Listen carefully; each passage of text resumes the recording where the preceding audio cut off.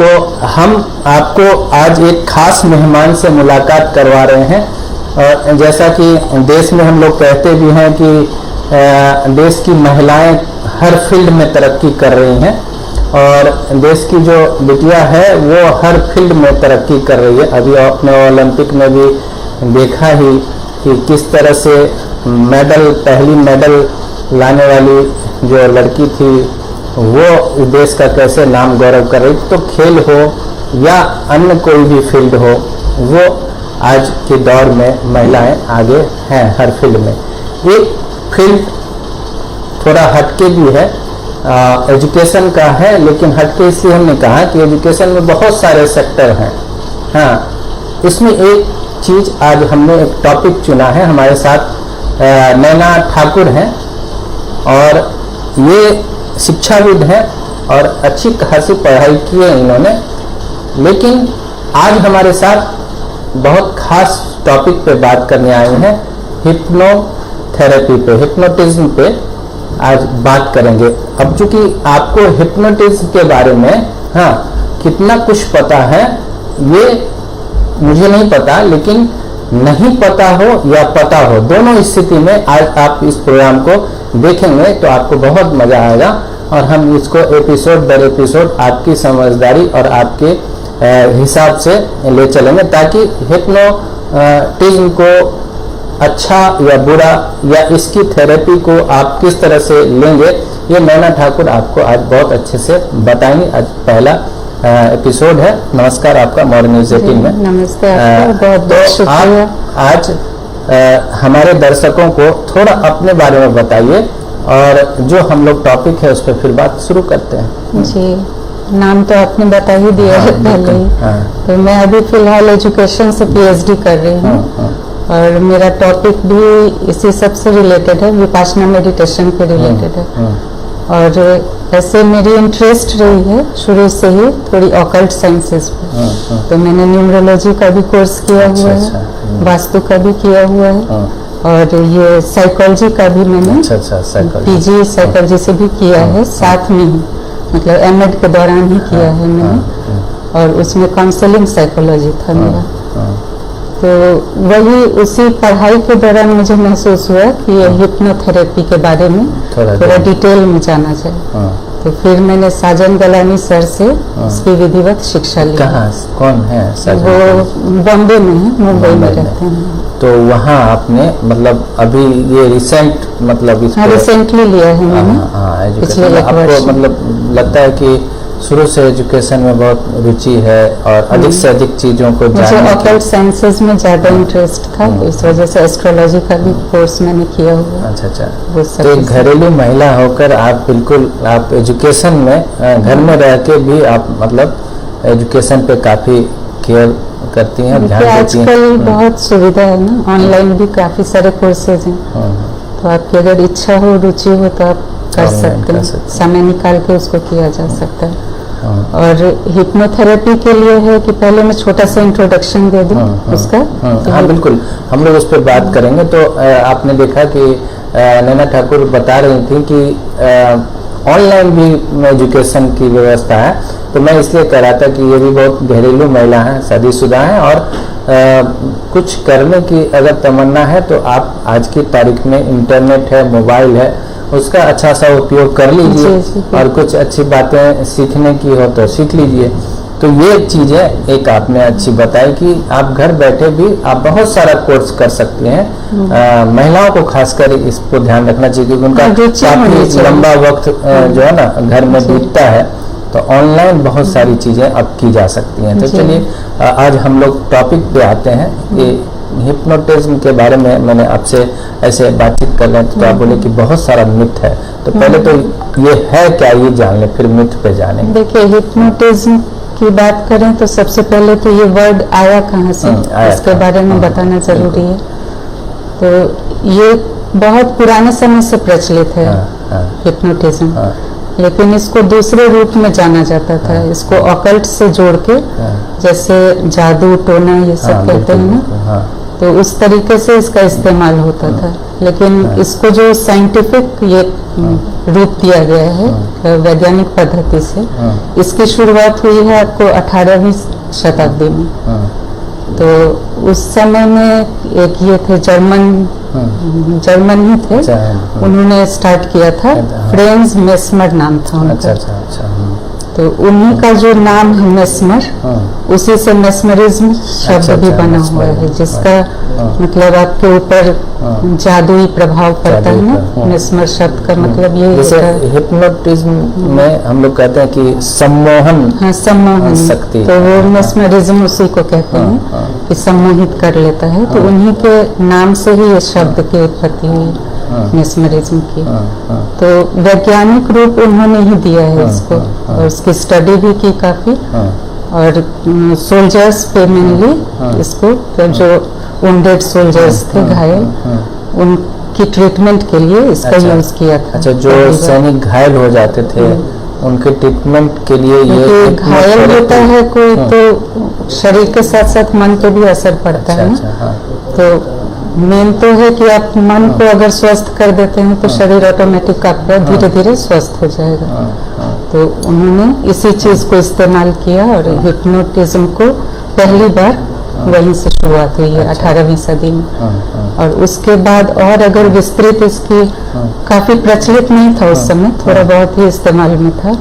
फिर एक इंग्लिश ये थे, वो भी फिजिशियन ही थे, उन्होंने इसका, जेम्स ब्रेड नाम था उनका, तो उन्होंने इस शब्द को कॉइन किया था।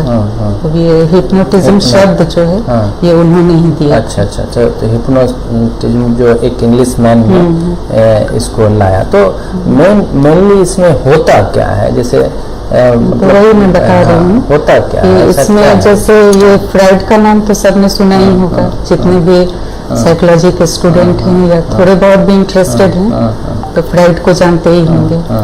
तो मेन जो इसका मतलब प्रचार प्रसार हुआ है वो उनके समय से ही हुआ है। तो ये प्रथम विश्व युद्ध या द्वितीय विश्व युद्ध, दोनों में काफी सारे सोल्जर्स घायल हुए थे। तो पहला प्रयोग फ्राइड ने हिप्नोटिज्म का उन लोगों को तो किया। प्रयोग की बात है, मतलब मुझे ये समझना आम लोगों के लिए कि जस्ट हिप्नोटिज्म को कैसे समझे, मतलब वो है क्या?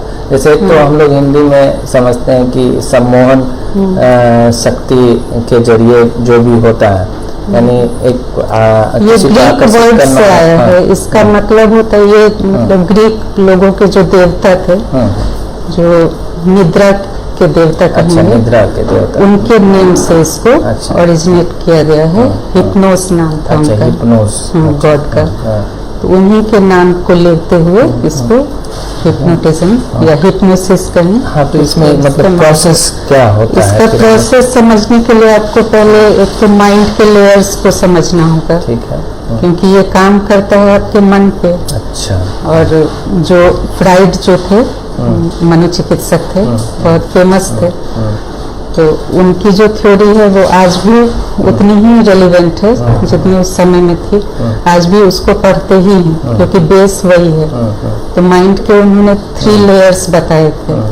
तो उसमें पहला था प्री कॉन्शियस, फिर दूसरा कॉन्शियस और सब कॉन्शियस, ऐसे था। तो उसको उन्होंने आइसबर्ग के माध्यम से समझाया था। तो आइसबर्ग जैसे होता है, उसका टिप मतलब ऊपरी जो छोर होता है वो दिखता है ना हल्का सा, तो वो कॉन्शियस हुआ, जो कि सिर्फ 10% विजिबल है। अच्छा। और उसके नीचे के जो लेयर्स हैं, जो पानी में आपको दिखेगा, लगभग 50% है, वो प्री कॉन्शियस है। अच्छा। और उससे भी नीचे, जो कि आपको तलछट के नीचे चला जाता है, जो दिखता भी नहीं है, वो सब कॉन्शियस हो गया आपका। तो ये 3 लेयर्स हैं मेन। यानी आप दर्शकों के लिए समझा दें, ये कह रही हैं कि हिप्नोटिज्म जो है वो पूरी तरह से मन और मस्तिष्क पे अप्लाई किया जाता है। और ये जो अप्लाई होता है, तो जैसा कि ये बता रही हैं कि जिस तरह से वैज्ञानिकों ने या शोध के जरिए ये बताया कि ब्रेन के अंदर 3 लेयर माना गया। उस 3 लेयर को आप ये समझिए कि एक तो कॉन्शियस है, सब कॉन्शियस है, और उसके बाद एक प्री कॉन्शियस है। तो इस तीनों लेयर के बारे में बताया गया कि आप पहले लेयर को देख सकते हैं, दूसरे लेयर को थोड़ा देख सकते हैं, और तीसरे लेयर को आप बिल्कुल नहीं देख सकते हैं, जो आपके लिए बहुत महत्वपूर्ण है, जो दिखता नहीं है। तो इस तीनों पे कैसे काम करता है ये हिप्नोटिज्म, यही तीनों। तो ब्रेन का जो वो लेयर जो दिखता नहीं है, वहां पे अगर किसी बात को अगर पहुंचा दिया जाए, तो काफी वहां जो बातें पहुंचती हैं और जो टिक के रहती हैं, वो बातें प्रकृति में विकसित होती हैं, वो बातें घटती हैं। ऐसा है, चूंकि यही है मेन इसका बेस वही है, मतलब ये माइंड के इन 3 लेयर्स पे ही काम करता है। और ये बिल्कुल साइंटिफिक है। ये जो मिथ है कि हिप्नोटिज्म मतलब आप राह चलते किसी को भी हिप्नोटाइज कर देंगे या वो आदमी आपके वश में हो जाएगा, ये सब सारी मनगढ़ंत बातें हैं। मतलब मान लीजिए कि जो आजकल तो देखते हैं अखबार में, बहुत सारे अखबार में हमारे यहाँ ये वशीकरण जो है होता है, हम बस में कर लेते हैं, चाहे आप जादू टोना वाला कहते हैं बस में। तो बहुत आजकल तो लड़का लड़की सब जो है प्यार मोहब्बत में वशीकरण में मतलब बहुत भागते देखते हैं अखबार में, बड़ा दीवार पे भी लिखा था फलाना हाकिम वशीकरण के लिए। तो ये मुझे लगता है कि ये जानना बहुत जरूरी। गांव-गांव में इतने लोग भ्रमित हैं, जो गांव में दीवारों पे लिख दिया जाता है कि ये आइए इतने रुपए, और फिर उससे ठगी के शिकार होते हैं। जी बिल्कुल। तो ये आपके जरिए, आप चूंकि पढ़ी लिखी महिला है, आपने इस टॉपिक को उठाने के साहस भी किए हैं। क्योंकि साहस इसलिए कह रहा हूँ कि ये एक हिप्नोटिज्म को लेके बहुत निगेटिविटी है, यानी आप अगर हिप्नोटिज्म करिए तो आपको बहुत दूसरी दृष्टि से लोग उसको देखना शुरू करेंगे, जो थोड़ा बहुत जानते हैं कि अरे वाह ये है, तो ये तो किसी को बस में कर लेंगे।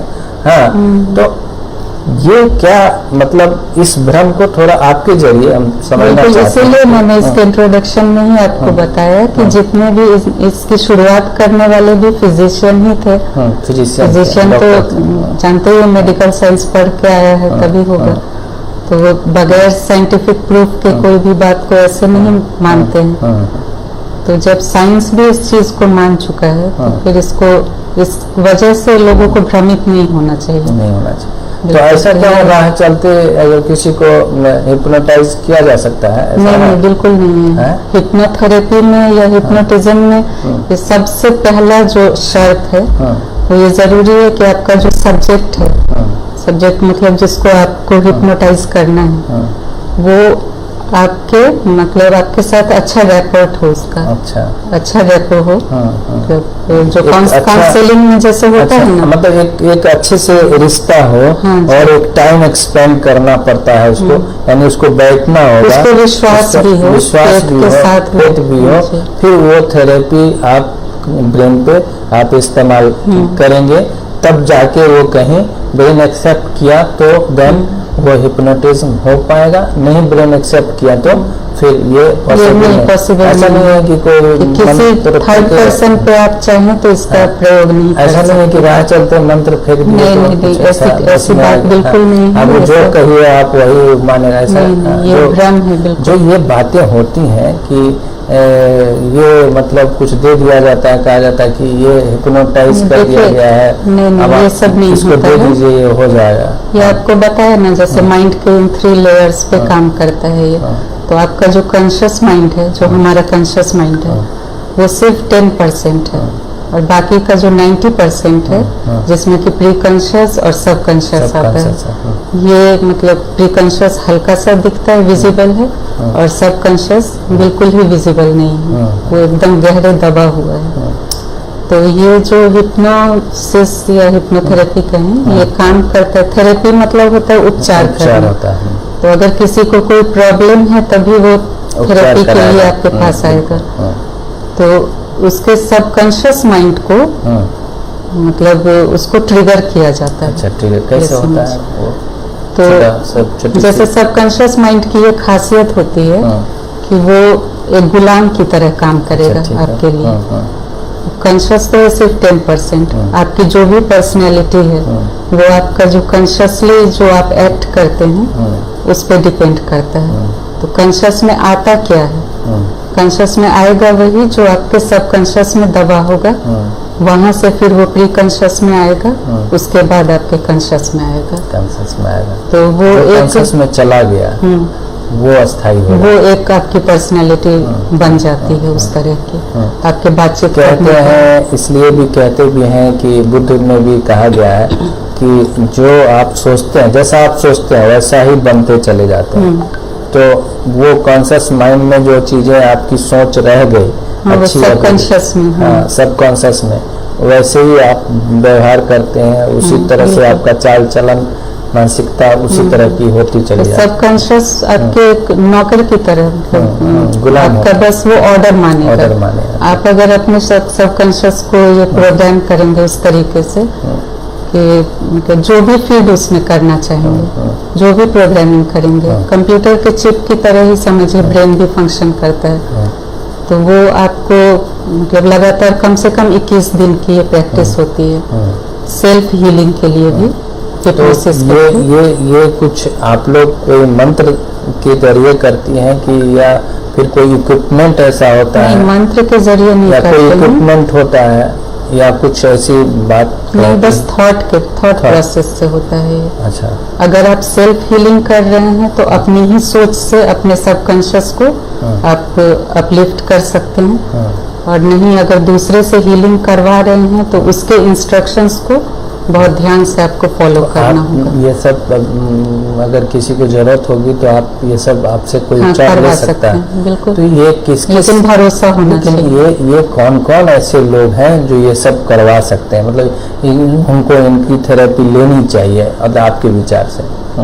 देखिए, मानसिक रूप से इधर कम से कम बिहार में मैंने देखा है, जो बिहार में मेंटल हेल्थ के मामले में अवेयरनेस जीरो है। बहुत कम लोग इसके बारे में बात भी नहीं करना चाहते हैं। नहीं, मेन तो क्या है ना, आज के जो चाल चलन है, खान पान है, जो व्यवस्था बनी हुई है, डिप्रेशन बहुत है। डिप्रेशन, स्ट्रेस, बहुत तरह की परेशानी है, स्लीप डिसऑर्डर्स होते हैं। ये उनको ये थेरेपी लेनी चाहिए। ये नहीं है कि हिप्नोटिज्म से ये है कि अब मुझे बस में कर लिया जाएगा, पता चला कि गोदरेज के अंदर जो सोना चांदी रखा हुआ वो भी खींच लिया जाएगा। ऐसा होता है हिप्नोटिज्म में, ऐसा बस में कि बर्बादी कर दे हम। ऐसा तो कुछ नहीं। मतलब जो सुनने में हम लोग को आता था कि अरे बस में हो जाओगे तो पूरा घर बर्बाद कर देगा अगला, पूरा संपत्ति। खुद को वश में करने की चीज है। अगर आप सेल्फ हिप्नोसिस करते हैं तो आप खुद को अपलिफ्ट कर सकते हैं, आप जैसा चाहें वैसा बन सकते हैं। देखिए, बहुत अच्छी हमारी बातचीत हो रही है। नैना ठाकुर हैं, ये बता रही हैं, और चूंकि घरेलू महिला हैं तो बहुत आसान भाषाओं में आपको समझा रही हैं। हम इस एपिसोड को और भी आगे करेंगे और आसानी से आपके लिए बहुत अच्छी बातचीत करके आपको और आसान तरीके से इसको समझाना चाहेंगे। कॉन्शियस माइंड, सब कॉन्शियस माइंड और प्री कॉन्शियस माइंड, ये तीनों चीज़ों पे हम अलग अलग इनसे फिर बात करेंगे। अभी तो मोटा मोटी आप समझ लीजिए कि ये 3 लेयर है ब्रेन में, और ये 3 लेयर जो हम देखते हैं या सुनते हैं या जो महसूस करते हैं, एहसास करते हैं, तो ये सारी चीज़ें जो है मुझे जो दिखती है वो एक लेयर है। और फिर हम जब सोने के टाइम में जाते हैं, क्या ना कुछ इस तरह का है, जब हम सोने के टाइम में जाते हैं तो जो चीजें उस समय टिक के रहती हैं, जो सोने के टाइम में जो आप सोचते हैं, किसी तरह का ड्रीम है या कोई तरह की आपकी मनोकामना है या किसी तरह की, तो वो उस टाइम में, अगर सोने के टाइम में आप उन चीज़ों को सोच के, लिख के, ड्रीम करके एक स्ट्रक्चर बना के ब्रेन में अगर आप सोएंगे और फिर जागते टाइम में वही चीज़ें फिर आपको याद आएंगी, फिर उसको आप याद करेंगे, तो आपका जो सब कॉन्शियस माइंड है वो प्रोग्राम आपका हो जाएगा, यानी उस पर आपका लेयर बैठेगा। वो फिर आपका होना शुरू होगा। प्रकृति आपकी पर्सनैलिटी को, वो आपकी प्रकृति आपको उस हिसाब से आपको चीजें देनी शुरू करेगी। देखिए, क्या है कि हमारे बॉडी के अंदर बहुत सारी चीजें ऐसे हैं, सेल्स, टिश्यूज, ऑर्गन्स ऐसे हैं जो जागृत नहीं हो पाते हैं। देखिए, अगर इस धरती पे कोई राम है बना है, कोई कृष्ण बना है, या कोई और भी कोई अवतार हैं तो सब इंसान ही रहे हैं, और वो कोई कारण नहीं है कि हम नहीं बन सकते, आप नहीं बन सकते। लेकिन ये जरूरी नहीं है कि हम और आप बन ही जाए। पहले आप देखते थे कि लोग हवा में उड़ जाते थे, अदृश्य हो जाते थे, तो ये सारे चीजें संभव है कॉन्शस सबकॉन्शस मन की शक्ति के जरिए। तो चूंकि हम आज के दौर में कुछ और चीजें भागदौड़ में लगे हैं, कुछ और करने के चक्कर में हैं, तो हम लोग देख रहे हैं कि कोरोना जैसी बीमारी को उत्पन्न कर दे रहे हैं। हाँ, तो डिस्ट्रॉय की चीजें हम लोग ज्यादा करने लगे हैं, बल्कि हम लोगों को निर्माण की क्रियाएं करने के प्रति, तो अपने लाइफ को भी हम इस तरीके से बेहतर बना सकते हैं। जो हम तकलीफ में रहते हैं या किसी तरह की मतलब डिप्रेशन में रहते हैं आज के दौर में, तो ये हिप्नोटिज्म से डरना नहीं है, मतलब इससे इसका साथ लेना चाहिए। हाँ, बिल्कुल लेना चाहिए। एक अवेयरनेस होनी चाहिए हिप्नोटिज्म के बारे में। और इससे मतलब प्रूफ भी है कि ये लाइलाज बीमारियों को भी खत्म, लाइलाज बीमारियों को भी दूर कर, जहाँ पे मेडिकल साइंस फेल हो जाता है वहाँ पे भी हिप्नोसिस ने काम किया। जैसे कैंसर जैसी बीमारियों, ऐसी बीमारियों पे भी काम किया है हिप्नोथेरेपी से। और इसके सारे प्रमाण भी मौजूद हैं। प्रमाण, तो क्या अगर ऐसे पेशेंट या ऐसे लोग आपसे ऑनलाइन भी कर सकते हैं थेरेपी? हाँ, कर सकते हैं, लेकिन उसके लिए उनको थोड़ी सी धैर्य की जरूरत होगी। और इसके संदर्भ में मतलब हिप्नोसिस को गलत तरीके से नहीं लेना होगा, या एक प्रयोग के रूप में नहीं, आपको सरेंडर तो आप कुछ ऐसी व्यवस्था रखी है या कुछ फी वगैरह की? अभी तो आप ऑनलाइन ही कर रही होंगी, कोरोना वगैरह में प्लान की होंगी भी तो ऑनलाइन का ही, तो कुछ ऐसा रखी हैं या फिर प्लान अभी कर रहे हैं कि समाज के बीच इस चीज़ों को दिया जाए? देखिए, जिस जगह पे मैं रह रही हूँ यहाँ तो मुझे अवेयरनेस दिख नहीं रही है इन चीज़ों के प्रति। तो अभी ऑनलाइन भी अगर मैं कर रही हूँ तो बाहर के ही क्लाइंट हैं, यहाँ के तो मुझे मिल नहीं रहे हैं। नहीं, लोग यहाँ हिचकिचाते हैं, लोग अपनी प्रॉब्लम्स भी शेयर करने में। बिहार से हैं, पटना से हैं, और आप चाहें तो मोर न्यूज़ 18 के जरिए आप मैसेज करिए, हम आपको इन तक पहुंचाएंगे। इनकी बहुत सारी चीज़ें ऑनलाइन कैसे कांटेक्ट करेंगे आप इनसे, ये बहुत सारी चीज़ें मैं अपने मोर न्यूज़ 18 के जरिए आपको बताऊंगा। आपको स्क्रॉल में भी मिलेगा, बहुत सारी चीज़ें मैं टेक्स्ट में डालूंगा। हाँ, फिलहाल तो आप पहले अवेयर होइए कि हिप्नोटिज्म क्या है, इसको समझाने की कोशिश में हम लगे हैं, ताकि एक आम जिंदगी जो है वो घर में रह के भी ठीक की जा सके, है ना? बिल्कुल। किसी भी तरह की समस्या हो, अगर आपको नींद नहीं आती हो, अनिद्रा का इंसोम्निया हो, या फिर पोस्ट ट्रॉमेटिक स्ट्रेस डिसऑर्डर कहते हैं कि घर में कोई ऐसी दुर्घटना हो गई हो, उससे उबर नहीं पा रहे हैं, बहुत सारी चीजें, स्ट्रेस, एंजाइटी, वो सब कुछ इसके माध्यम से आप बच्चों पे भी प्रयोग किया जा सकता है या कि एडल्ट पे भी? बहुत छोटे बच्चों पे भी इसका प्रयोग होता है, और सकारात्मक रूप से प्रयोग होता है। थोड़ी सी समझ रहनी चाहिए, उससे उनके इंटेलिजेंस में भी वृद्धि होती है, और ये प्रयोग भी हो चुके हैं। आपने कहा ब्रेन पे काम होता है, तो सबकॉन्शियस अगर आप बचपन तो नहीं, अगर आपने शुरुआत कर दी एक बच्चे से ही, तो बच्चे में ही अगर प्रोग्रामिंग हो जाती है इस तरीके की, तो फिर उसका तो पूरा लाइफ ही चेंज हो जाएगा। बड़े को समझाना थोड़ा कठिन होता है, बच्चे को तो आप आसानी से समझा सकते हैं। तो जैसे आपके कहने का मतलब कोई IAS IPS बनना चाहे तो बच्चे से उसकी प्रोग्रामिंग की जा सकती है? बिल्कुल की जा सकती है। बाहर इन चीजों का काफी प्रयोग है, अपने देश से बाहर बहुत प्रयोग है, और इसका इस्तेमाल भी पॉजिटिव तरीके से लोग कर सकते हैं। अमेरिका में मतलब हिप्नोथेरेपी का यूज ऑलमोस्ट सभी हॉस्पिटल्स में होता है। मतलब लोग मेडिकल भी ट्रीटमेंट ले रहे होते हैं, और उसके साथ साथ हिप्नोथेरेपी भी ले रहे होते हैं। चलिए, बहुत अच्छी बात आपने बताई। तो इस एपिसोड को आज हम लोग इतना ही रहने दें, हाँ? और आगे फिर हम लोग बातचीत करेंगे, ताकि इतनी बात तो समझ में लोगों को आ ही गई होगी कि हिप्नोटिज्म थेरेपी जो है वो कोई बुरी चीज़ नहीं है, और जो भी है वो अच्छी चीज़ें हैं।